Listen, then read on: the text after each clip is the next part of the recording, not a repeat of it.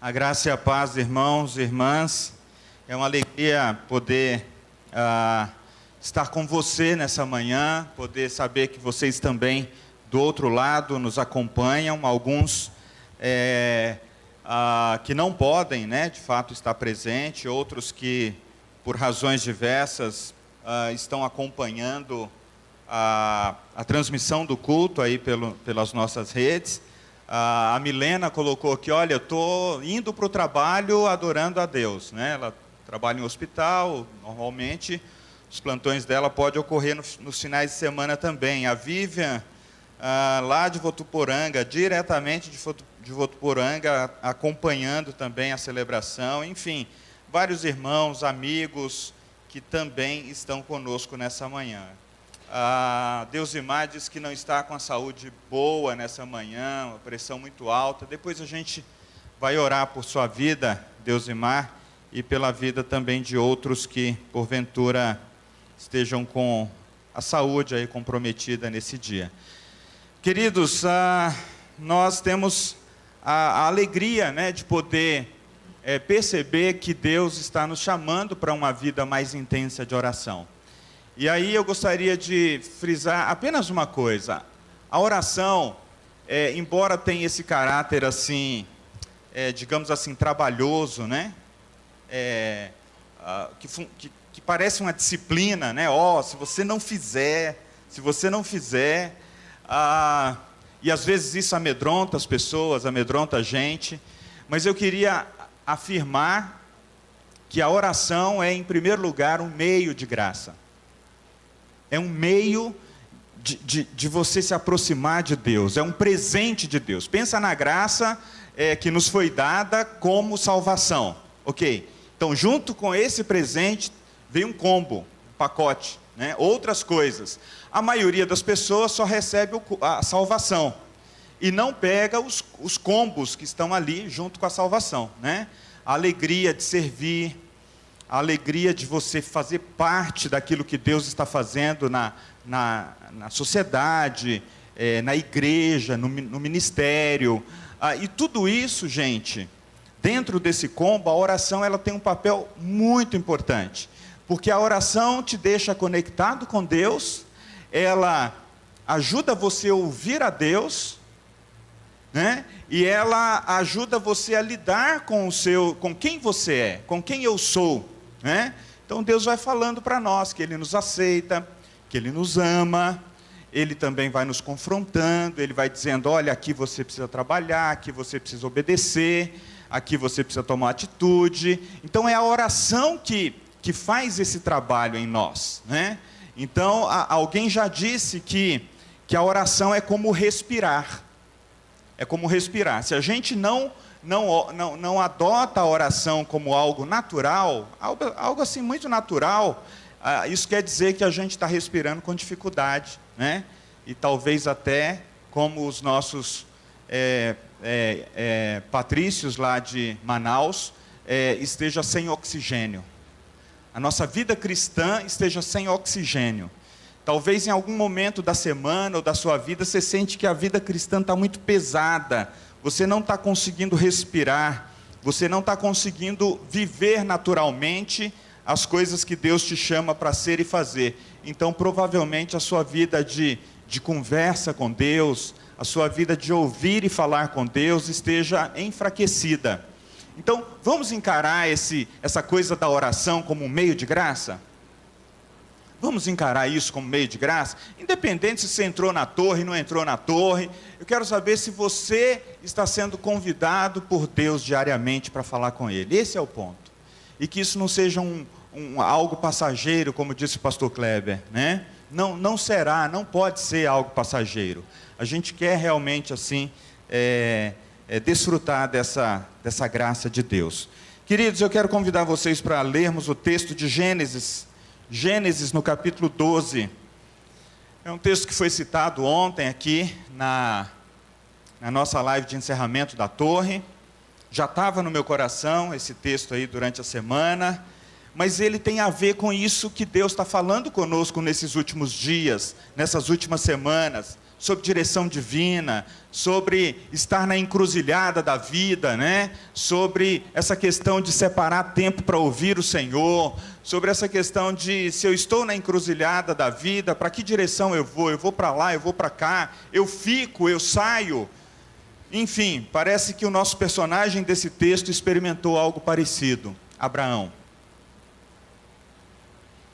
Gênesis 12, do verso 1 ao 4, diz assim: Ora, disse o Senhor a Abrão: sai da tua terra, da tua parentela e da casa de teu pai, e vai para a terra que te mostrarei. De ti farei uma grande nação, e te abençoarei, e te engrandecerei o nome. Sê tu uma bênção. Abençoarei os que te abençoarem, amaldiçoarei os que te amaldiçoarem. Em ti serão benditas todas as famílias da terra. Verso 4: Partiu, pois, Abraão, como lhe ordenara o Senhor, e Ló foi com ele. Tinha Abrão, 75 anos, quando saiu de Harã.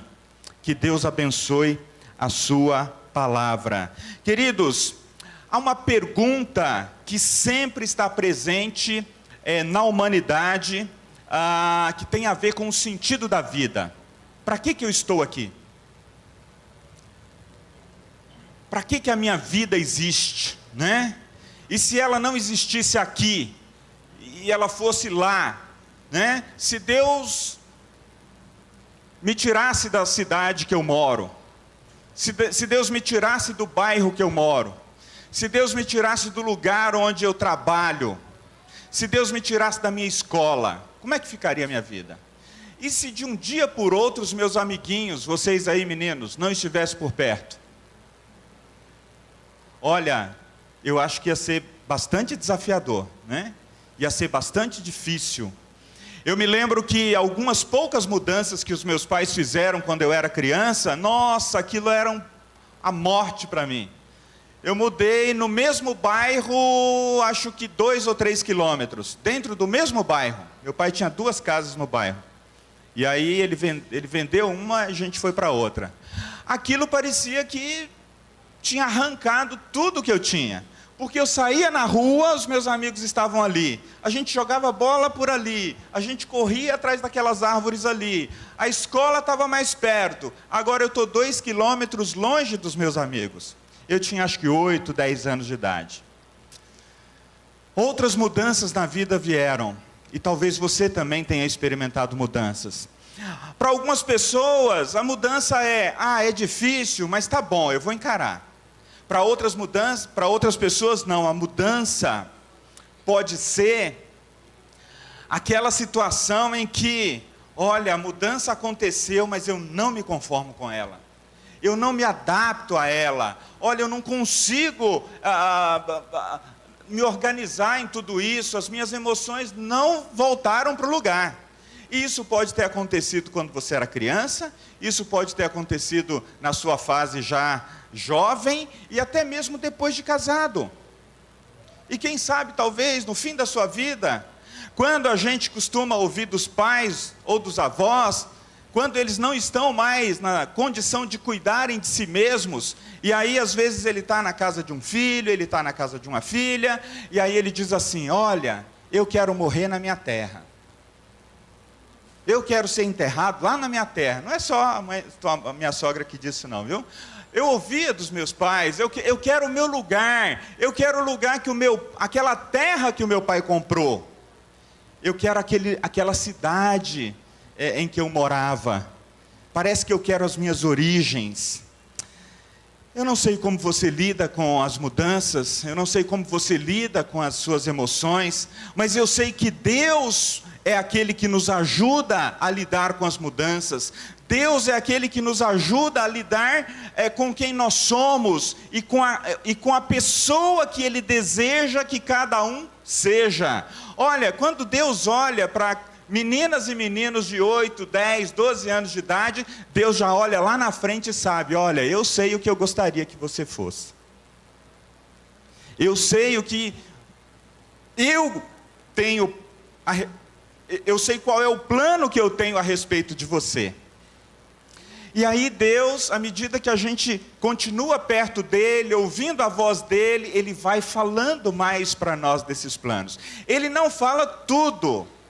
Ele não fala, por exemplo, onde você vai estar morando quando você tiver 20 anos.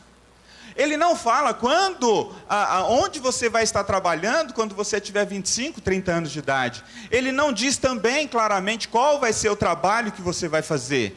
Ele também não diz se os seus pais vão te acompanhar sempre, se a presença dos teus avós, dos seus tios vão estar sempre perto de você. Não, mas ele diz, eu vou estar com você. Eu vou estar todos os dias com você.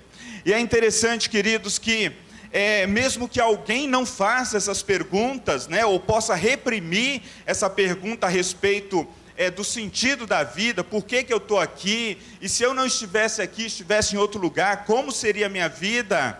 A questão é que de vez em quando, isso volta à nossa mente. Em fases diferentes da vida, isso volta à nossa mente, no sentido assim, qual é a minha esperança? Quais são as minhas metas e objetivos à medida que eu vivo? Eu não penso muito sobre isso, pastor. As coisas simplesmente podem ou não acontecer. A verdade, queridos, é que enquanto você pensa ou não sobre essas coisas, o mundo oferece muitas respostas para você. A sociedade oferece muitas respostas para você. O problema é que as respostas que a sociedade oferece, elas normalmente são passageiras. Elas têm uma duração curta. Elas às vezes abrangem um aspecto da vida, um momento da vida.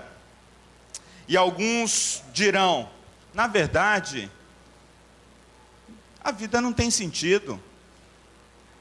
Aqueles que não creem em Deus, aqueles que não creem, num Deus transcendental, num Deus fora de nós, num Deus, o Deus da Bíblia, o Deus que se revelou a nós, o Deus que enviou seu Filho Jesus Cristo, um Deus que se entregou a nós por amor. Se as pessoas não creem em Deus nenhum, afinal, elas vão dizer, a vida não tem sentido nenhum. Essa semana, um médico especialista, psiquiatra, dizendo, olha, após a pandemia, há um perigo muito grande, após as pessoas receberem a vacina, e se de fato todas elas receberem todos os benefícios da vacina, há um perigo muito grande das pessoas liberarem geral. O que ele está querendo dizer? Tem muita gente que não encontra sentido nenhum na vida, vai dizer assim, o quê? Eu vou ficar esperando a próxima pandemia? Eu vou ficar esperando algum fato inesperado tirar minha vida? Eu vou viver a vida. Eu vou fazer como o pessoal fazia na época de Noé, comer, beber e cair na farra. E de fato, quando Jesus fala sobre os últimos tempos, ele diz assim, a minha vinda será como nos dias de Noé, em que as pessoas comiam, bebiam e davam festas. E de repente veio o noivo buscar a sua noiva, a igreja. Queridos, crendo ou não que existe algo fora de nós, as pessoas buscam um sentido para a vida. As pessoas buscam na carreira, talvez, na realização profissional, na realização financeira, na realização intelectual, em algumas realizações, talvez de viver sozinho, conhecer o mundo, fazer todas as viagens possíveis, viver na companhia de alguém, ter filhos ou não. As pessoas têm aspirações.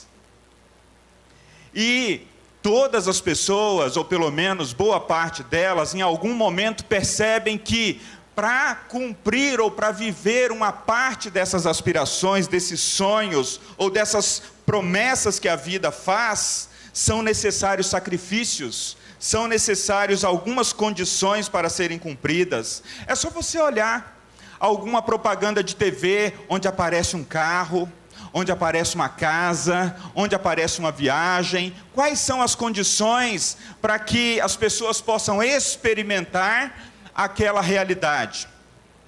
Muitas vezes isso tem a ver com dinheiro, tem a ver com estudo, tem a ver com ter ou não um emprego, tem a ver com honestidade e com a maneira como você trabalha para alcançar determinadas coisas. A verdade é, queridos, quais são os sacrifícios envolvidos quando nós desejamos cumprir com um alvo, quando nós desejamos alcançar uma meta, alcançar um objetivo?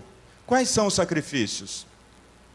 Alguém que chegou a uma graduação, alguém que estuda, alguém que trabalha, seja um trabalho simples, seja um trabalho elaborado, quais são os sacrifícios envolvidos naquele trabalho?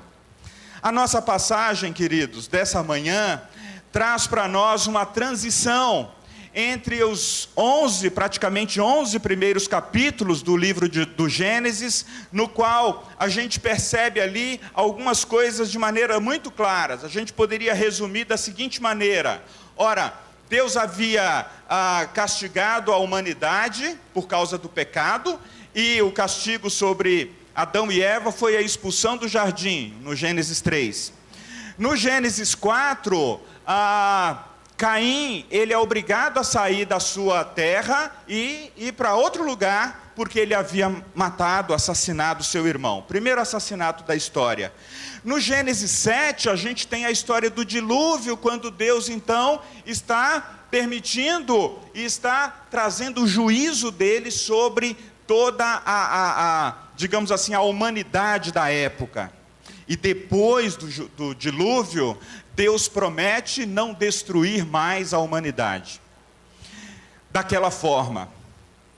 E finalmente, no Gênesis 11, a gente tem aquela tentativa do povo depois, da sociedade depois de Noé, de reconstruir a vida a partir de si mesmos, sem a presença de Deus. Então eles constroem uma torre, e eles imaginam que com aquela torre eles querem alcançar a Deus, e aí Deus permite que haja uma confusão de línguas, e eles não conseguem mais se comunicar. Bom, então o nosso texto está nessa transição, digamos assim, de uma história primitiva para uma nova história que Deus quer construir a partir de Abraão.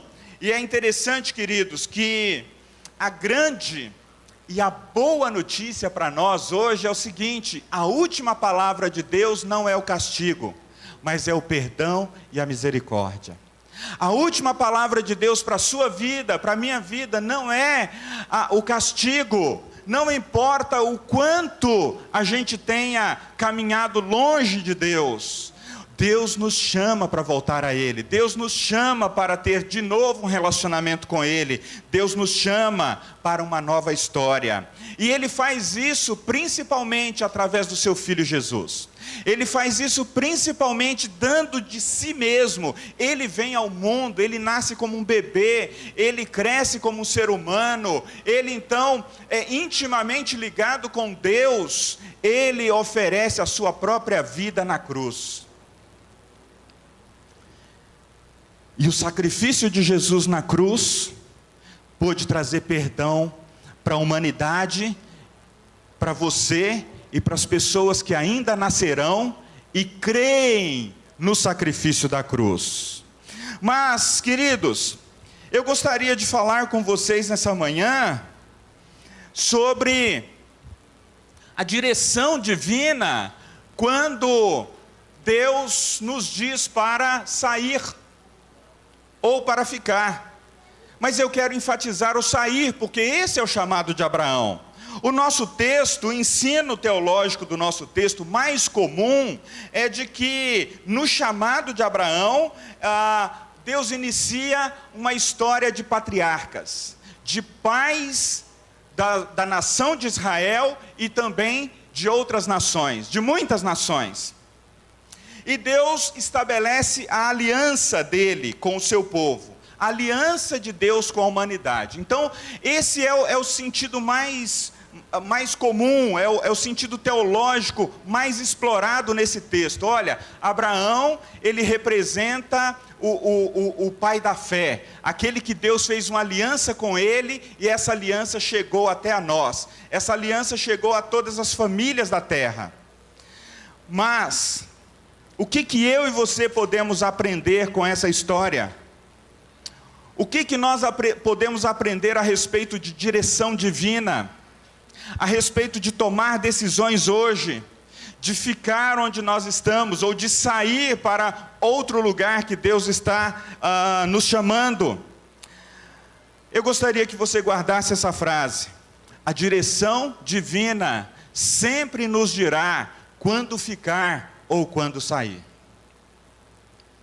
Eu vou repetir isso: a direção divina, ou seja, a orientação de Deus, para aqueles que buscam, para aqueles que ouvem, sempre dirá para você quando ficar ou quando sair.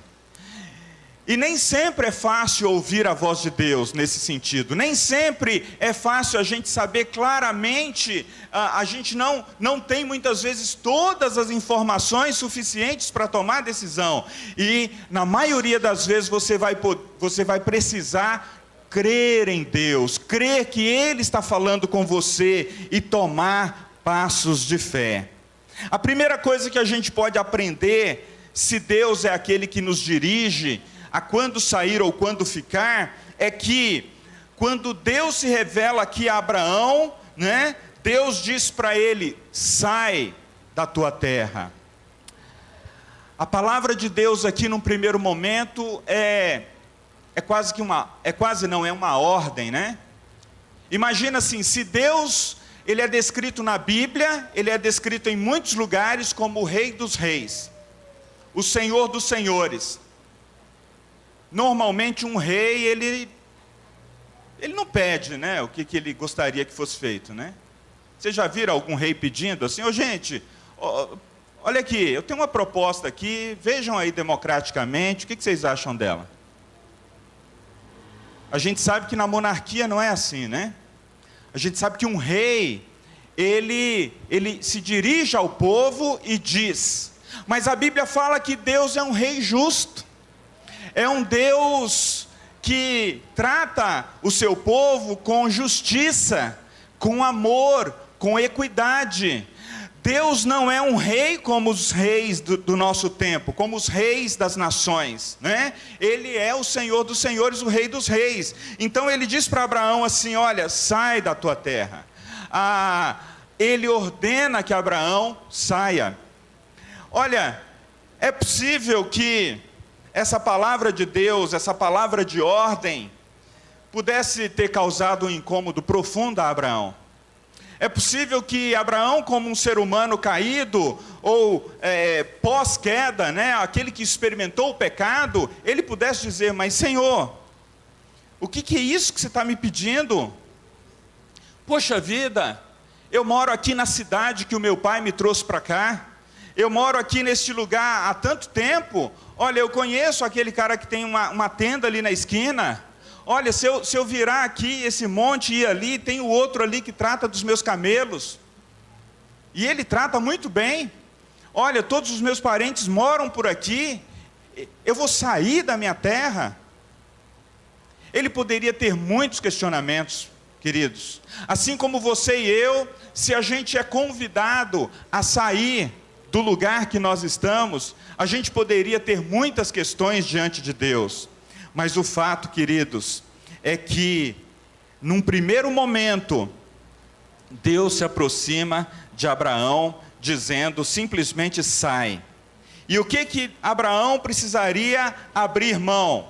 O que Abraão precisava deixar? Ele precisava deixar os seus parentes: sai da tua parentela, sai da casa do teu pai, e vai para um lugar que eu vou te mostrar. Mas que coisa difícil, né? Sair da casa do pai, sair de perto dos parentes, e ir para um lugar que Deus nem mandou a localização. Deus não mandou a localização. Não tinha GPS, não tinha nada, não tinha, né? Não dava para mandar a localização. Meu Deus, como que Abraão lida com isso, gente? É interessante que, não como barganha ou não como troca, Deus não somente ordena a direção divina, queridos, para a gente ficar ou sair de determinados lugares, também envolve um chamado, envolve esse Deus que vem ao nosso encontro e que nos chama e também dá algumas promessas. Deus dá algumas promessas a Abraão, e é interessante que, ao dar algumas promessas a Abraão, a gente pode aprender algumas coisas aí, nos versos de número 2 e 3. Ele diz: Abraão, eu farei de ti uma grande nação, eu te abençoarei, eu engrandecerei o seu nome, eu vou te dar um nome conhecido, e você vai ser uma bênção. O que é ser uma bênção nessa linguagem do Antigo Testamento?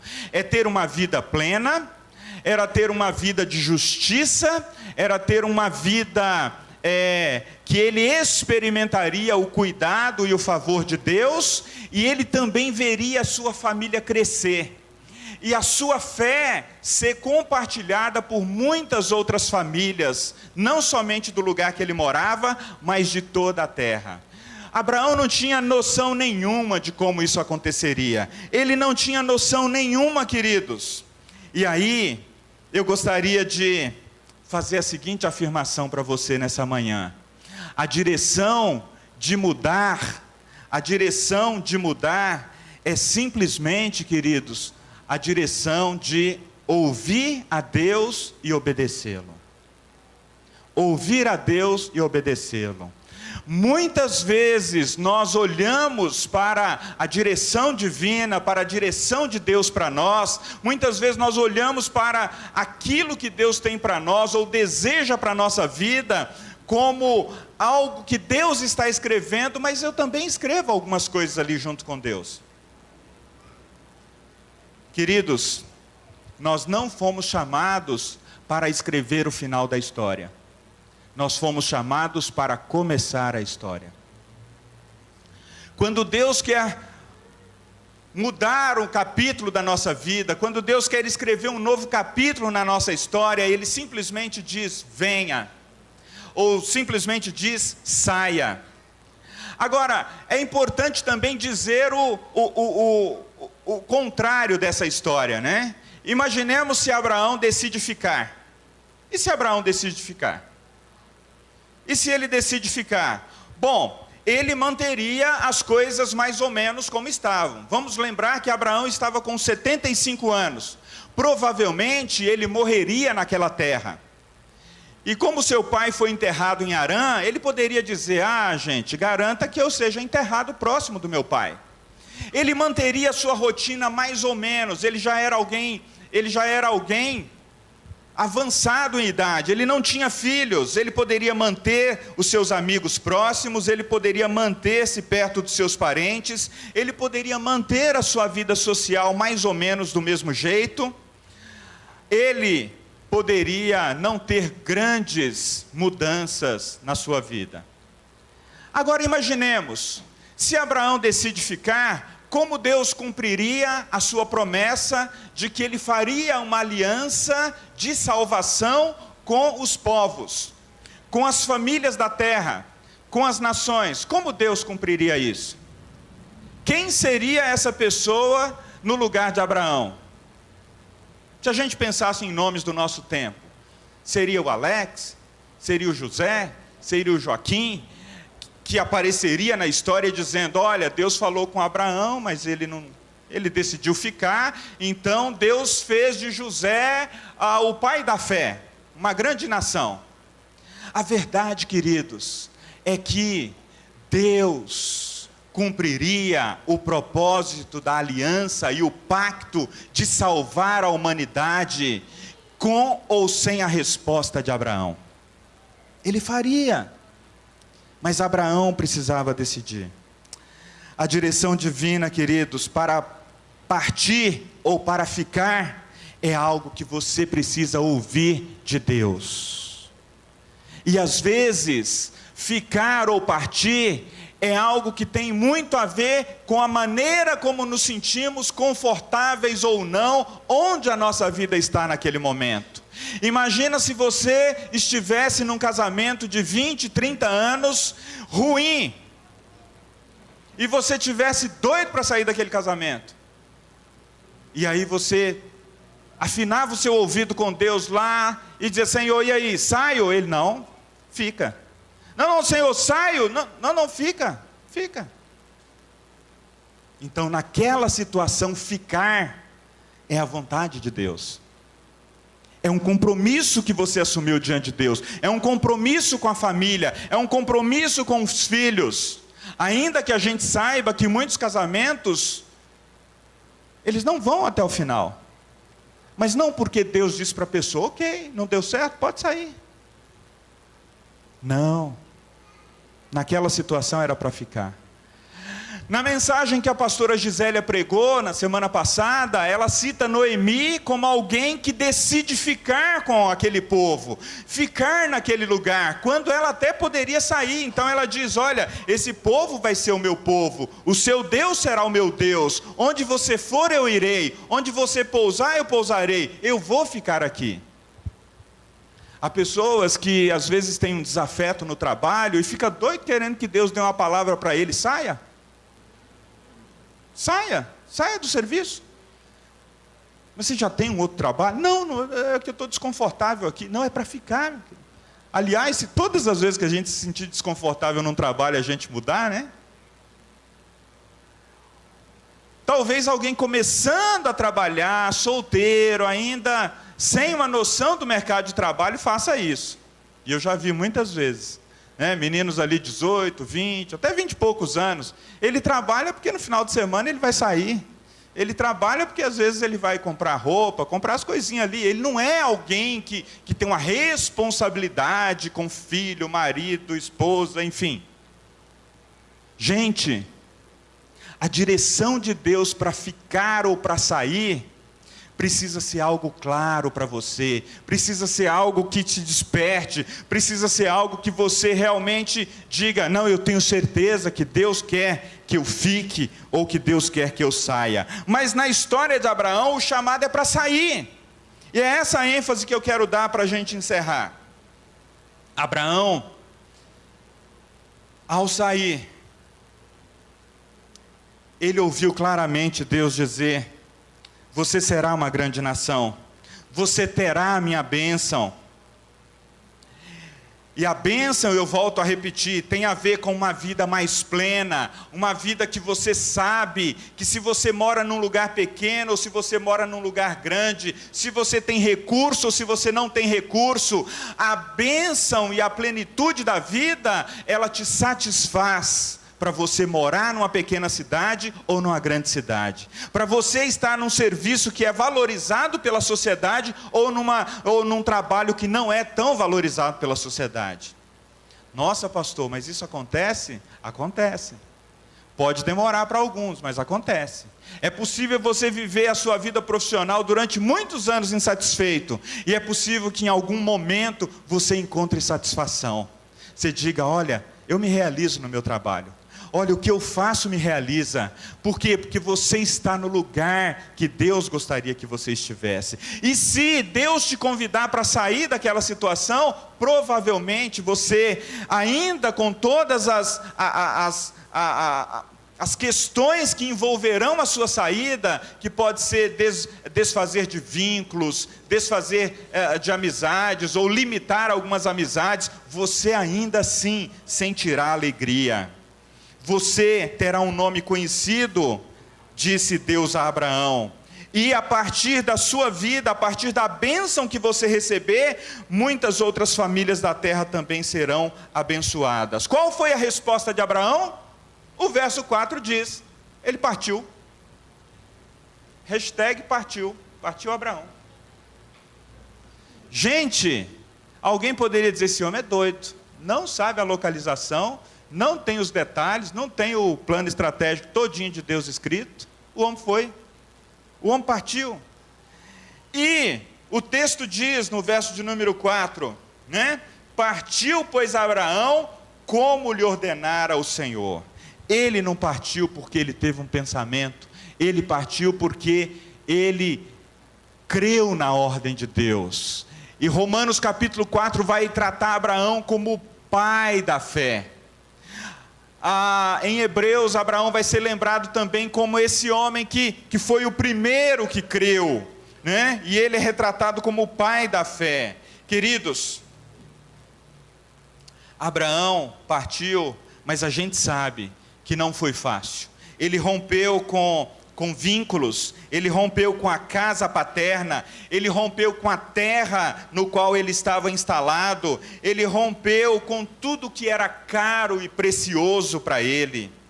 Ele rompeu por obediência a Deus, ele rompeu por obediência à voz de Deus. Qual que seria, queridos, qual que seria a nossa história diante da história de Abraão? Como que será a nossa história diante da história de Abraão? Como que a gente pode olhar para a história de Abraão e olhar agora para a nossa própria história? Onde você se enxerga? O que Deus deseja de você? Muitas vezes Deus tem dado para você, para mim, para nós como igreja, às vezes um coração desejoso de trabalhar com crianças, com as novas gerações, com adolescentes, pré-adolescentes, até jovens, que já são uma geração diferente da nossa. Às vezes Deus te deu um coração para pessoas em situação de rua. Às vezes Deus te deu um coração para trabalhar na área da educação, da tecnologia, enfim, da saúde. Mas para que você experimente esse chamado de Deus, você precisa sair. Você precisa sair do seu lugar comum. Você precisa enxergar que dentro da sua vida, dentro da sua rotina, dentro da sua agenda, precisa ter um espaço para Deus. Precisa ter um espaço para Deus levar você de um canto para o outro. Precisa ter um espaço para você experimentar esse grande desejo do seu coração, às vezes como um desconforto de abrir mão de coisas que são muito caras para você. O que Deus deseja para você? Qual é a direção divina para você? Qual é a decisão ou a mudança que você fará hoje para que você possa cumprir ou realizar os sonhos que Deus já colocou no seu coração? Há muitas pessoas que fazem parte da igreja, que fazem parte de um relacionamento com Deus há anos, que sonham no seu coração, mas quando Deus diz: sai, vem ao meu encontro, caminha comigo, a pessoa começa a calcular todos os impactos que isso vai ter na vida dela. E ela começa a dizer: esse negócio vai dar uma boa bagunçada na minha agenda. Ô Deus, só aguenta um pouquinho aí? Não desiste de mim não, mas aguenta um pouquinho aí. E o tempo vai passando, e o tempo vai passando, e o tempo vai passando. Queridos, qual é a grande decisão ou mudança que Deus está convidando você a tomar hoje, para que você possa construir um novo capítulo na sua história, para que Deus possa escrever um novo capítulo na sua história? Qual é essa mudança que Deus está trazendo para você hoje? Eu queria orar, meu amado e minha amada, pensando assim: você precisa escolher. Você precisa escolher, ninguém pode escolher por você. Você precisa ficar ou sair diante do chamado de Deus. Imaginemos também a igreja. Qual é a direção que Deus tem dado para a liderança dessa igreja, para que a gente seja a igreja dos sonhos de Deus? Não é a igreja do sonho do pastor, não. É aquela igreja que você diga assim: aqui tem tudo. Tem ensino, tem pastoreio, tem discipulado, tem música boa, tem gente sendo salva por Jesus, tem criança, tem adolescente, tem jovem, tem casal, tem adulto. Olha, todo mundo fala da igreja em Vila Sônia. Para que essa igreja exista, quais são as decisões que Deus está convidando você a tomar, juntamente com a liderança? Ou você acha que aquela igreja dos sonhos, ou da moda, ou da internet, ela se tornou aquela igreja porque as pessoas simplesmente desobedeciam o chamado de Deus? Não. Pessoas tiveram que abrir mão de coisas preciosas, de coisas que para elas eram muito caras, para que aquele lugar fosse edificado e se tornasse um lugar onde as pessoas identificam ou acham como um lugar interessante. O que precisamos deixar? O que precisamos abraçar? Qual é o caminho de Deus para a nossa igreja, queridos?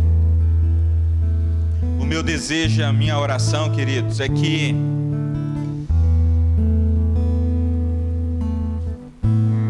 Deus coloque fé no seu coração.